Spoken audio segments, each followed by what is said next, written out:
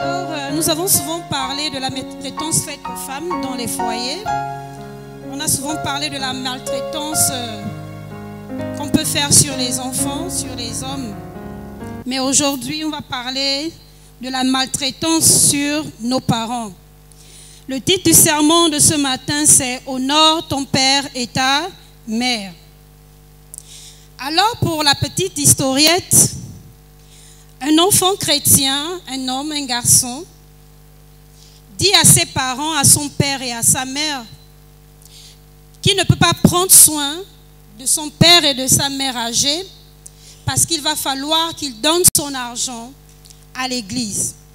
Et lorsqu'il va donner son argent à l'église, il va recevoir une bénédiction qui vient de Dieu parce qu'à ce moment-là, il honore Dieu. Alors nous allons voir qu'est-ce que Jésus pense de cette attitude. Est-ce que nous nous retrouvons dans ce jeune garçon? Courbons nos têtes pour la prière. Adorable Père, nous voici devant toi tels que nous sommes. Peut-être ce matin, nous ne sommes pas disposés à écouter ce message. Mais si tu l'as prévu ce matin, c'est parce que tu veux nous ramener sur le droit chemin. Alors rends nos cœurs sensibles à l'écoute de ta parole. Efface ma personne, mon raisonnement, mon intelligence, mais que seul toi tu parles à ton peuple que nous sommes ce matin. Remplis cette salle de ton Esprit Saint et conduis-nous pour la seule gloire de ton nom, au nom de Jésus-Christ. Amen. L'enfant que j'ai porté 9 mois dans mon ventre, j'ai eu les malaises, j'ai eu des insomnies. Pour certaines, elles ont été opérées, donc elles ont accouché par césarienne. Cet enfant dont le père souffre pour scolariser, il grandit, il devient quelqu'un, mais il dit à son père et à sa mère qu'il ne peut pas prendre soin d'eux parce qu'il doit honorer Dieu. Nous voyons de nos jours dans nos églises, nous avons maintenant, excusez-moi du terme, des pasteurs gourous où on divise des familles. Parce qu'on dit aujourd'hui que ton père est sorcier, ta mère est sorcière, ou encore on voit des jeunes qui insultent leur père, leur mère, qui vont même jusqu'à les battre. Que pense Jésus de cela? Hélas, Jésus condamne cette attitude. Il la condamne fermement. Combien d'entre nous ne prenons plus soin de nos parents, de nos grands-mères, de nos grands-pères? Combien parmi nous avons délaissé nos parents, leur accusant de tous les noms? Ce matin, le Seigneur veut nous interpeller que l'offrande que nous apportons ici à l'église ne nous apporte aucune bénédiction lorsque notre père, notre mère meurt de faim. Lorsque nous ne prenons même pas la peine de l'appeler et de lui dire des bons mots. Cette personne qui a souffert pour nous, cette personne qui a fait de nous ce que nous sommes aujourd'hui, même si cette personne est réellement mauvaise. Ici, Jésus ne précise pas qu'il faut honorer le père ou la mère qui était bien avec vous ou qui vous a fait du bien. Il a tout simplement dit, honore ton père et ta mère. Que cette mère t'a bien gardé, qu'elle a bien pris soin de toi ou pas, il demande de faire quoi? De l'honorer. Et c'est quoi honorer son père et sa mère? C'est de prendre soin de lui. Et il y a plusieurs domaines qui nous emmènent à prendre soin de nos parents. Le premier domaine, c'est le respect. Y a-t-il encore un enfant de nos jours qui respecte son père et sa mère? Oui, mes bébés lèvent les doigts là-bas. Vous êtes encore innocents. Y a-t-il encore un homme ou une femme qui respecte les personnes âgées dans l'église? Les personnes âgées manquent cause du manque de respect infligé à leur personne. Respect et honorer ton père et ta mère, afin que tu jouisses d'une longue vie dans le pays que l'Éternel, ton Dieu, t'accorde. C'est le 5e commandement qui est accompagné d'une promesse. Mais regardez la jeunesse d'aujourd'hui. On meurt à la fleur de l'âge. Ne nous y trompons pas. La Bible dit que lorsque tu honores ton père et ta mère, tu auras quoi? Une longue vie. Est-ce que la jeunesse d'aujourd'hui a encore une longue vie? On enterre plus de jeunes que de vieux. Vrai ou faux? Revoyons notre attitude, chers jeunes, femmes, jeunes hommes. Nous devons honorer nos parents par le respect. La maltraitance des personnes âgées n'est pas un problème qui se vit seulement au Gabon. Ça se vit dans l'échelle mondiale. C'est un fléau qui est partout. Ce n'est pas un fléau d'origine ethnique ou sociale ou particulier, mais c'est un fléau qui concerne toute la société. Qu'est-ce que Salomon nous dit dans Proverbe 23, le verset 22?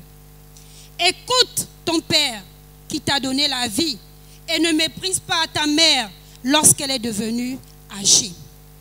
Qui écoute encore son père? Qui écoute encore sa mère? L'expression maman, ça c'était votre temps, hein, c'est démodé. Quand on veut décider, on ne tient même plus compte des conseils des parents. Et on veut être heureux. Et on va accuser tout le monde. Entre-temps, la première bénédiction que nous pouvons recevoir vient des premiers dieux que nous avons sur notre terre. Notre père et notre mère. Pourquoi mépriser ces personnes-là qui nous ont donné la vie, qui ont sacrifié sur tous les moments? Excusez-moi. Beaucoup de mamans se sacrifient pour leurs enfants. Parfois, elles sont dans des foyers toxiques. Mais quand elles regardent la longue queue qui est derrière elles, elles disent, où vais-je aller avec tout ça? Il y a celles qui ont 8 gosses, n'est-ce pas? Il y a celles qui ont 12, n'est-ce pas? Sans oublier les petits-fils. Parce qu'à 13 ans, 8 ans, 9 ans, nous sommes déjà grand-mère à 20 ans, n'est-ce pas? Tu es obligé de rester. Même si on te bat, tu es obligé de rester. Parce que tu as quoi? Des enfants. Alors, chers jeunes, ce matin, même si vous pouvez tout oublier, n'oubliez pas que la vie est un cycle. Elle tourne comme la terre tourne autour du soleil. Ces parents qui souffrent pour vous aujourd'hui, demain, vous deviez souffrir pour eux. Et si vous ne prenez pas bien soin d'eux maintenant, la nature ou le monde va vous rendre l'appareil. La terre, elle tourne. La vie aussi tourne. Tu ne reçois que ce que tu donnes. Aujourd'hui, on peut encore changer la donne. On peut encore changer notre position. Prenons bien soin de nos parents en commençant à les respecter. Que nous dit l'Organisation mondiale de la santé? La maltraitance et la négligence envers les personnes âgées. La maltraitance sur les personnes âgées prend la forme d'actes isolés ou répétés. Elle survient souvent dans des relations de confiance ou dans des contextes où une personne détient un pouvoir ou une autorité sur une autre. Ces abus peuvent se manifester de différentes façons. La maltraitance physique. Est-ce que vous n'avez jamais entendu qu'un enfant a frappé son père ou sa mère? Parfois même les enfants de l'église, n'est-ce pas? Les enfants de l'église, n'est-ce pas? Pourquoi vous ne répondez pas? C'est du vécu. Ça se critique là-bas dans les coulisses. L'enfant a giflé son père à cause de son argent. Donc, la maltraitance physique. On frappe son père, on le bouscule, on inflige des blessures. Il y a aussi la maltraitance émotionnelle ou psychologique par l'intimidation, le harcèlement ou l'humiliation. Il y a des enfants, comme la mère n'est pas assez aisée, le père n'est pas assez aisé, il a même honte de présenter son père ou sa mère à ses amis. Mais ça c'est qui? Oh non, c'est une dame là, elle connaît ma mère. Ça c'est qui? Oh mais, non c'est mon oncle, or c'est son père. parce qu'il a honte de ses parents. Et d'autres intimident leurs parents. Si tu essayes de dire que je t'ai giflé au pasteur, tu vas voir ce que je vais te faire. Et le parent est là, il est affaibli, il est devenu faible. Parfois, il souffre de la tension, parfois, il a le diabète, parfois, il est là, mais on le maltraite pour même l'argent de sa pension. Chez nous, en Toum, il y a de cela 10 ans, un jeune homme avait décapité son père à cause de son argent de la pension. Vous n'avez pas écouté cette histoire?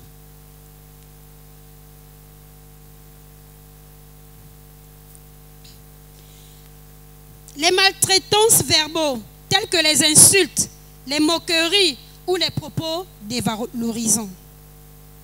Regarde-moi ce vieux-là. Même à l'église, hein, on voit un vieux de l'église. Oh, ils sont les urines. Qui peut s'asseoir à côté de lui? Mais il ne peut pas parler. Il va parler pourquoi? Il peut dire quoi? Il est vieux. Il ne sert plus à rien. Elle ne sert plus à rien. La maltraitance financière par l'appropriation injustifiée d'argent ou de biens. On voit beaucoup qui traînent dehors dans les vieux, n'est-ce pas? Vous êtes sûr que de toute leur vie, ils n'ont pas investi, ils n'ont même pas une petite tôle quelque part? Et même s'ils n'ont pas investi, tant qu'ils ont des enfants qui ont quand même 4 murs quelque part, est-ce qu'ils doivent déambuler dans les rues? Puisqu'ils ont des enfants, qui doivent prendre soin d'eux. Il y a aussi des maltraitances sexuelles. Il n'y a pas longtemps, un jeune homme qui avait pris des substances, des cobolos, c'est plus un tabou, a violé sa grand-mère. Vous avez vu sur les réseaux sociaux, n'est-ce pas? Il y a aussi des violences sexuelles faites aux personnes âgées. Lui, il avait pris une substance, mais il y a ceux qui le font de manière lucide. Est-ce normal le monde où nous sommes aujourd'hui?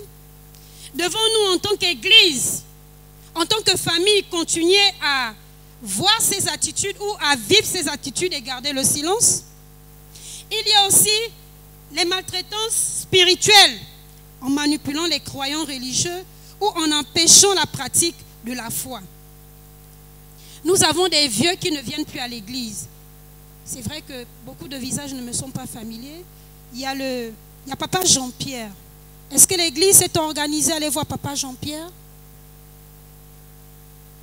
Jean-Pierre qui était le mari de Maman Natis, qui habite à Bikele. Que fait l'église face à ces vieux qui ne peuvent plus se déplacer? C'est une forme de maltraitance spirituelle parce qu'il ne peut plus se déplacer.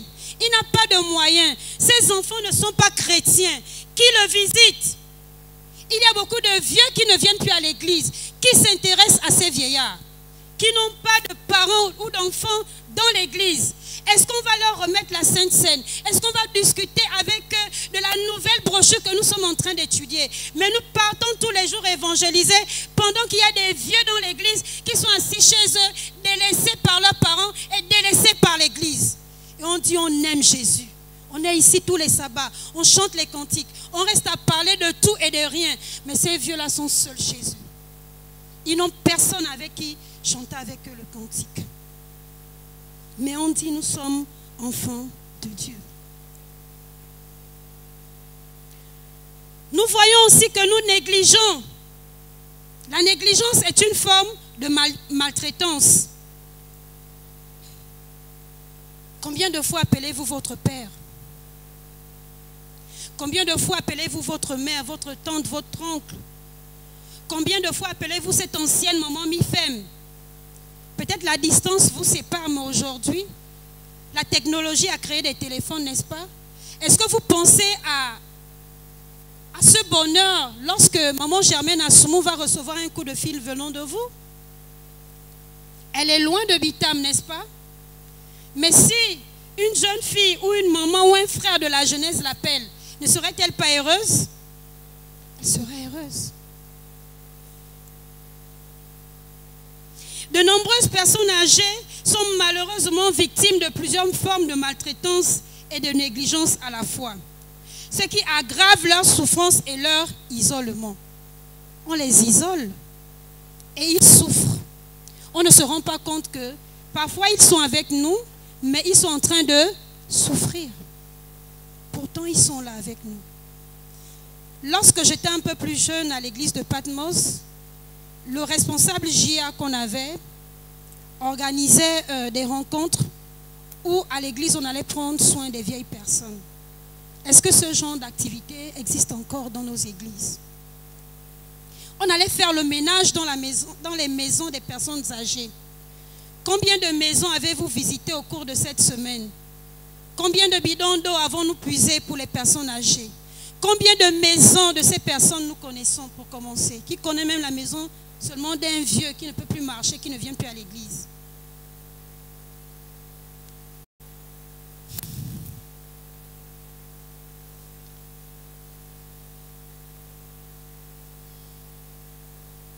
Et donc cette maltraitance, elle va maintenant d'ordre générationnel, parce que si moi je ne prends pas soin de mon père, de ma mère ou du vieillard dans l'église, mes enfants vont faire pareil. Ils ne vont pas prendre soin de leurs grands-parents. Et cette attitude commence avec nous, les parents. Nous sommes différents parce que nous avons l'amour de Christ. Alors nous ne pouvons plus nous comporter comme des païens, comme des personnes qui ne connaissent pas comment prendre soin de quelqu'un. Parce que si Jésus dit « aimez vos ennemis », mon père est-il mon ennemi? Ma mère est-elle mon ennemi? Si je dois prendre soin de mon ennemi, à combien plus forte raison mon père et ma mère? Mais je ne peux pas prendre soin du vieillard de l'église si je ne sais pas honorer mon père et ma mère qui m'ont mis au monde. Et je dis Jésus est bon. Je dis aux autres Jésus est amour. C'est quel genre d'amour? Il dit qu'on l'honore des lèvres. Parce que l'église est passée à laisser le plus important. On s'entretue sur des choses qui ne vont pas nous emmener au ciel. La Bible dit on leur reconnaîtra à leurs fruits. Quels sont nos fruits vis-à-vis de ces personnes âgées? Les actes de maltraitance, on peut les trouver partout. Dans l'église, dans la rue, dans nos familles. Et parfois même, il y a ceux-là qui, lorsque tout le monde a refusé de prendre la maman ou le papa, prennent quand même, mais quand on lui donne à manger, on l'insulte. Ah, mange, tous tes enfants t'ont abandonné. C'est moi qui te supporte, la mange, si tu peux même mourir. Et on est chrétien. Je te garde quand même. Je te paie l'eau, le courant, tu manges. Contente-toi de manger. Mais tu as encore pissé? Tu as encore pissé? Comment les traitons-nous? Or, lorsque nous étions enfants, on pissait, ils enlevaient. Hein. Je n'ai jamais vu une maman faire ça. Lorsqu'elle change son enfant, qui a déjà fait ça? Mais quand ton père ou ta mère arrive à ce stade, chez nous, on n'a pas de maison de retraite, n'est-ce pas? Mais combien d'entre nous, si on avait des maisons de retraite ici, allaient payer? Même dans ces maisons de retraite chez les Blancs, ils subissent des maltraitances. N'oublions pas que demain, nous aussi, nous serons vieux.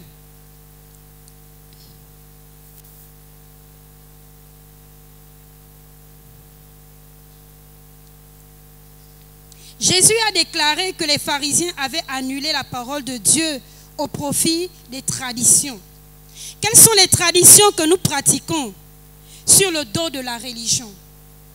Beaucoup parmi nous nous désengageons de nos responsabilités en mettant ça sur le dos de la religion. Parfois, est-ce que c'est ce que la Bible nous enseigne? Non. La Bible ne nous enseigne pas de déshonorer nos parents. La Bible ne nous enseigne pas d'insulter nos parents. La Bible nous enseigne, Jésus nous enseigne de prendre soin de nos parents.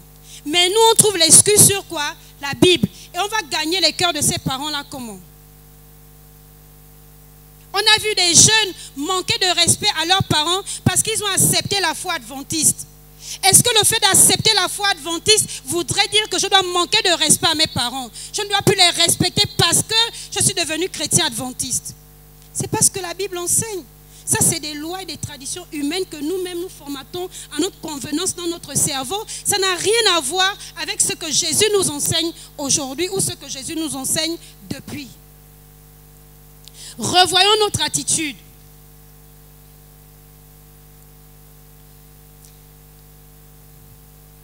Nous lisons Lévitique 19, le verset 32. Maman José, s'il te plaît. Lévitique 19, le verset 32. 19, le verset 32. Il est écrit: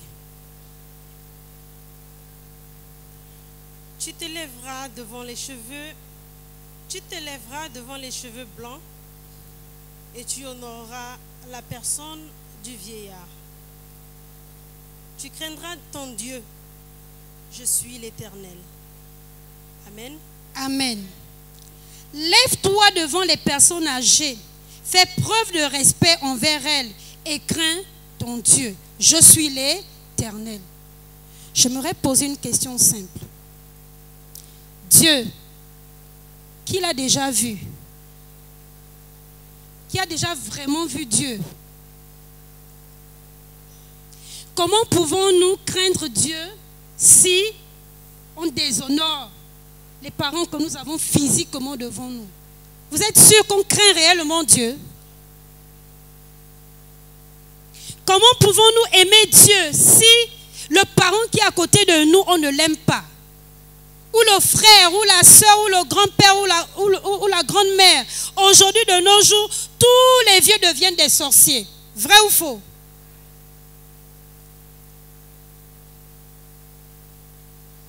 Même dans l'église, hein, on voit un vieux qui a les cheveux blancs dans l'église. Il est même debout. On ne lui donne pas la place. Hein. Dans les bus, partout là, on voit même un vieux avec un fardeau. On commence à rire. Nos enfants là le font. Ils ne sont pas innocents. Hein. On ne leur apprend plus à aider. On ne leur apprend plus à aimer. On ne leur apprend plus à s'intéresser.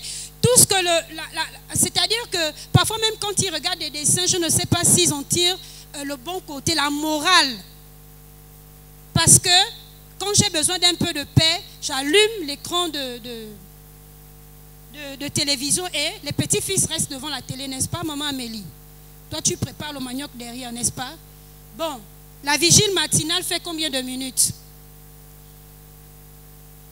Il passe plus de 8 heures de temps. Déjà, chez nous, en psychologie, il est anormal qu'un enfant puisse faire 4 heures de temps devant un écran. Mais ils font plus de 8 heures de temps devant un écran. Et on ne filtre même pas ce qu'ils regardent. Est-ce que vous vous rendez compte? Il est là devant la télé. Le dessin qu'il est en train de regarder parfois ne lui apprend pas la morale. Hein, est-ce que c'est tous les dessins qui apprennent aux enfants la morale? Non. Si déjà moi dans un bus, j'ai 44 ans aujourd'hui, je suis assis avec mes fils, une personne âgée arrive, je suis assis, lui il va se lever? Il ne va pas se lever. Parce que nous-mêmes, nous ne sommes pas des modèles. Et nous venons là, on est tout docile, on marche à la pointe des pieds, on est sapé, oui, on est venu, on a chanté le sabbat, on a étudié la brochure. Dieu ne veut plus des choses qu'on étudie sans pratiquer. Regardez la salle. C'est vrai, vous allez me dire que beaucoup sont en vacances. Que le peuple adventiste apprenne à pratiquer ce que Jésus veut. On a les messages, on a tout, mais on ne les vit pas. On ne les vit pas. On ne nous reconnaît pas. Où sont les fruits qu'on produit? Ces fruits-là sont contraires à ceux de la Bible. Mais dehors, on se dit qu'on est des bons chrétiens. Jésus nous interpelle aujourd'hui à revenir à l'essentiel. Et lorsqu'on regarde les exemples bibliques, Dieu n'a pas travaillé avec beaucoup de jeunes, n'est-ce pas? Il a travaillé avec des vieux. Nous avons l'exemple d'Abraham. Il avait 75 ans lorsque Dieu l'a appelé. Nous avons l'exemple de Moïse. Lorsque Dieu l'appelle, il avait 80 ans. Nous avons l'exemple de Noé. Nous avons l'exemple de Jean. Est-ce qu'ils étaient jeunes? C'était pas des jeunes, c'était des vieux. C'est que Dieu se soucie des personnes âgées. Même si vous pouvez tout oublier de la journée d'aujourd'hui, mais nous devons nous souvenir que Dieu s'occupe des personnes âgées. Si vous voulez avoir une longue vie, si vous voulez être heureux, si vous voulez être épanoui, prenez soin de vos parents, respectez-les, honorez-les avec le peu que vous avez. Prenez bien soin d'eux, câlinez-les. que lorsque vous étiez enfant, ils vous ont câliné. Il y a des mamans qui sacrifient la dernière graine de riz pour donner à ses enfants. Et là, quand elle commence à dire, mais j'ai tout sacrifié pour toi, tu as sacrifié ça pour qui? On ne vous a jamais dit ça. Tu as sacrifié ça pour qui? Maman, c'est toi-même qui as voulu souffrir. Je ne t'ai pas forcé à souffrir. C'est toi-même qui as voulu.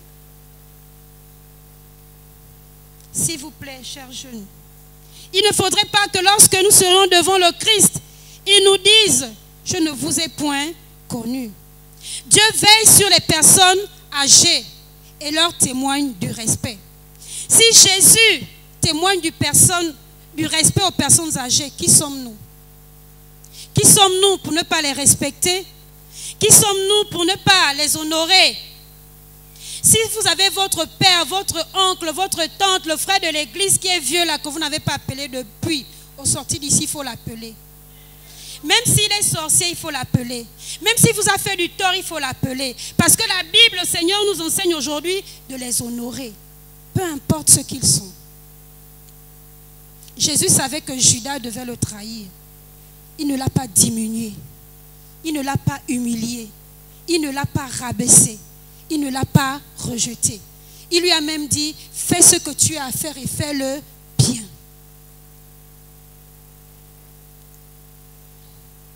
Même si les personnes âgées ont perdu une partie de leur vigueur, le Seigneur ne les abandonne jamais. Il leur accorde une grâce spéciale ainsi qu'une sagesse précieuse. Avant de nous séparer, j'aimerais qu'on réfléchisse sur l'histoire d'Élisée. Nous allons lire 2 Rois, le verset 23 à 25. Maman José, s'il te plaît.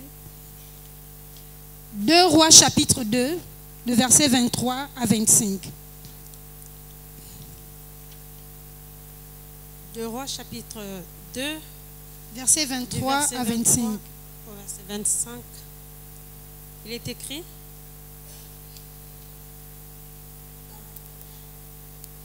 il monta de là à Bethel, et comme il cheminait à la montée, des petits garçons sortirent de la ville et se moquèrent de lui. Ils lui disaient: monte, chauve, monte, chauve. Il se retourna pour les regarder, et il les maudit au nom de l'Éternel.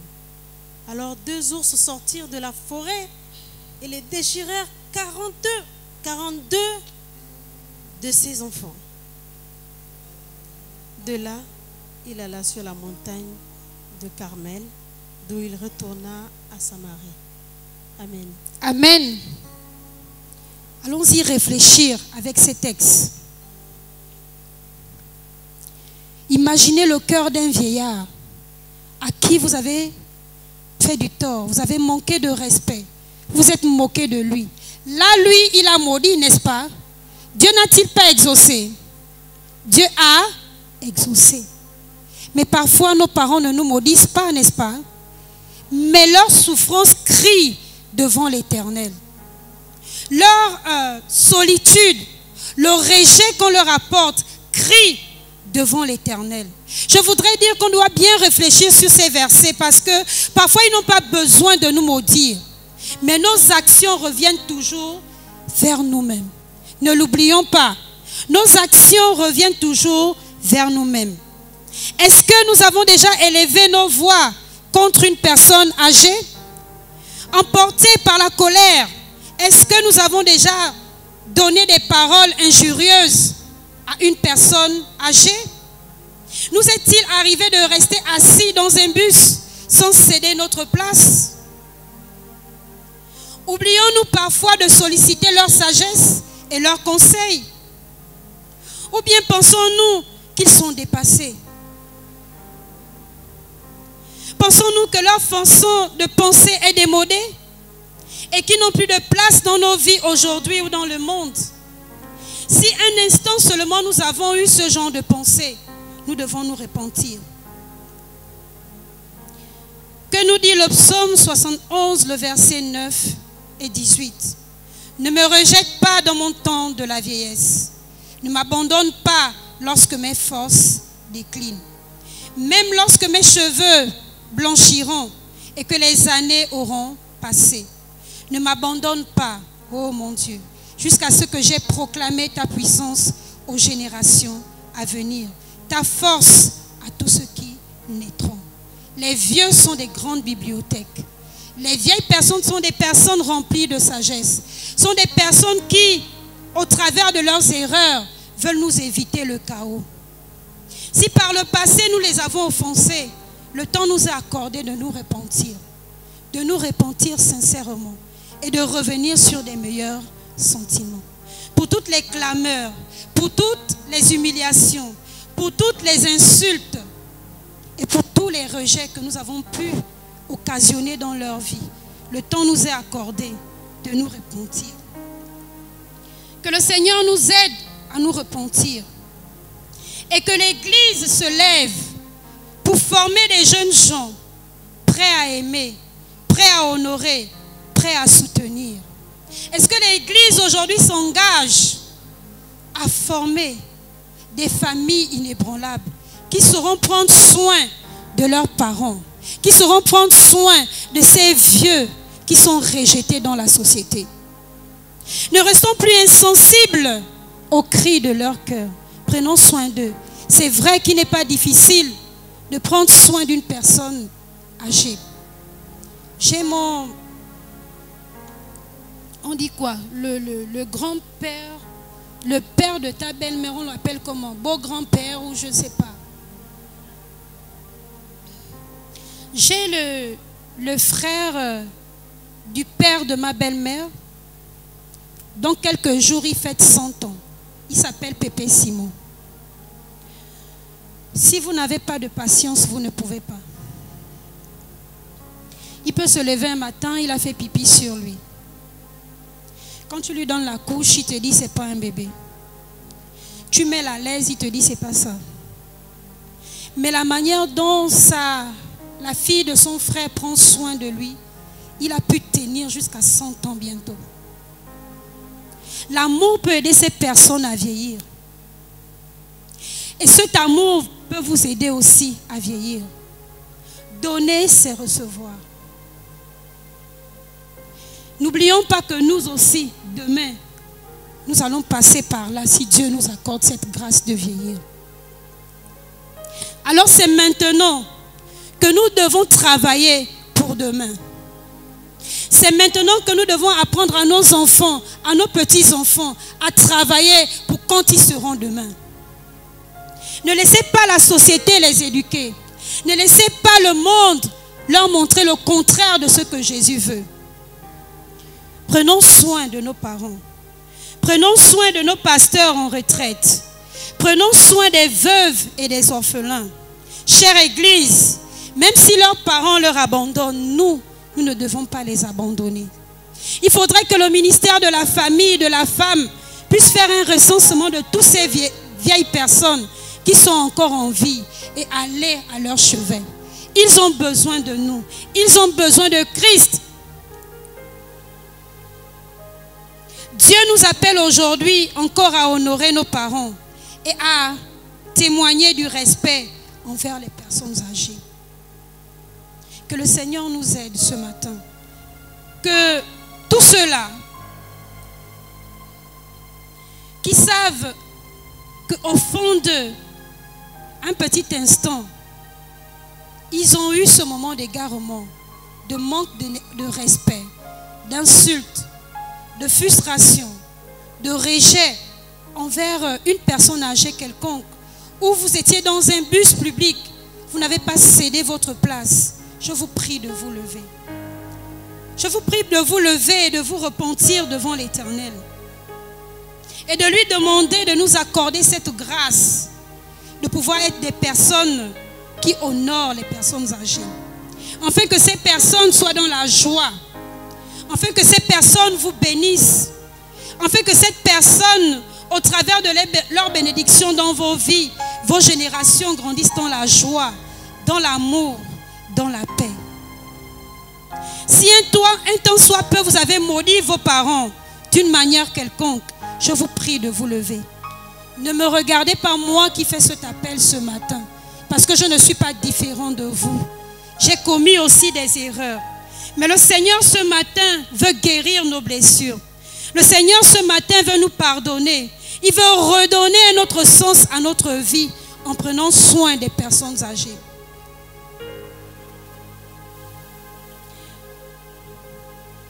Nous devons nous repentir en demandant au Seigneur de nous aider à respecter nos parents, à acquérir la vérité.